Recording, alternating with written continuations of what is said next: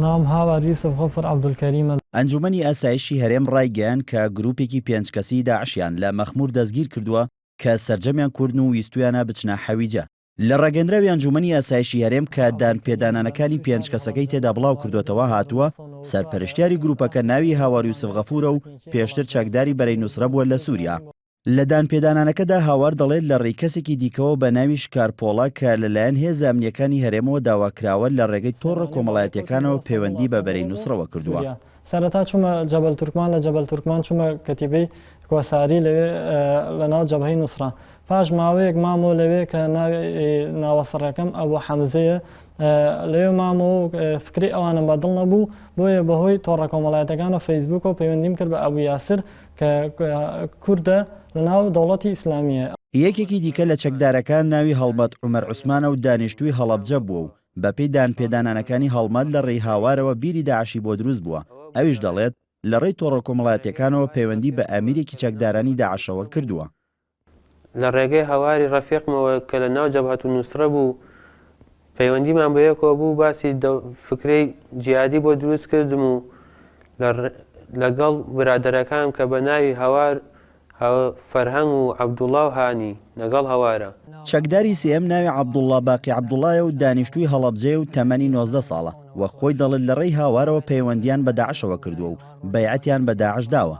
دواتر لەسەر داوای ئەمیرێکی داعش لە هەڵەبجەوە بەڕێکەوتون بۆ مەخمور بۆ ئەوەی بپەڕنەوە بۆ سنووری داعش لە حەویجە.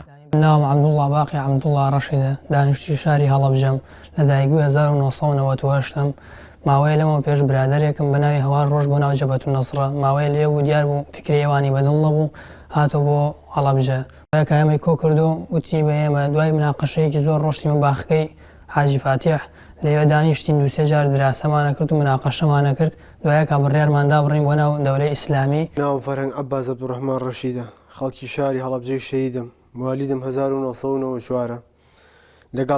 لەگەڵ هەوارە پێشتر یەکتریمانە ناسی، لە چایخانە و شوێنانەدا دانیشتین قسەمانە کرد و باسی مۆزوعی جیهادمانە کرد. دواتر هەوار کەسێکی ناسی لە ناو دەوڵەتی ئیسلامی بە ناوی ئەبوو یاسر، ئێمەش دانیشتین و کۆبووینەوە قسەمان کرد. هەوار وتی من کەسێکە ناسم لە ناو دەوڵەتی ئیسلامی بە ناوی ئەبوو یاسر.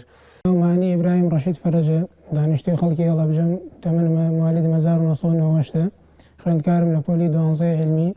ماوەیەک برادێکمان ناوی هاوار بوو، دیار نەبوو، دیار بوو چوو بۆ سووریا ناو جەبهەت نوسرە.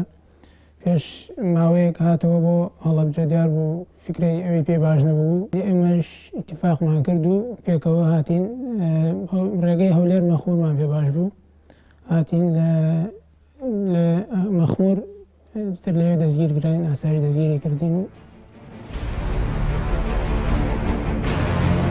ئەنجومەنی ئاسایشی هەرێم لە کۆتایی ڕاگەیاندراوەکەیدا ئاماژەی بەوە کردووە دوای دەستکەوتنی زانیاری و چاودێری تیمەکانی ئاسایش لە ئۆپەراسیۆنێکدا لە سنووری قەزای مەخمور ئێوارەی ڕۆژی شەمە 11 شوبات ئەو 5 کەسەیان دەستگیر کردووە.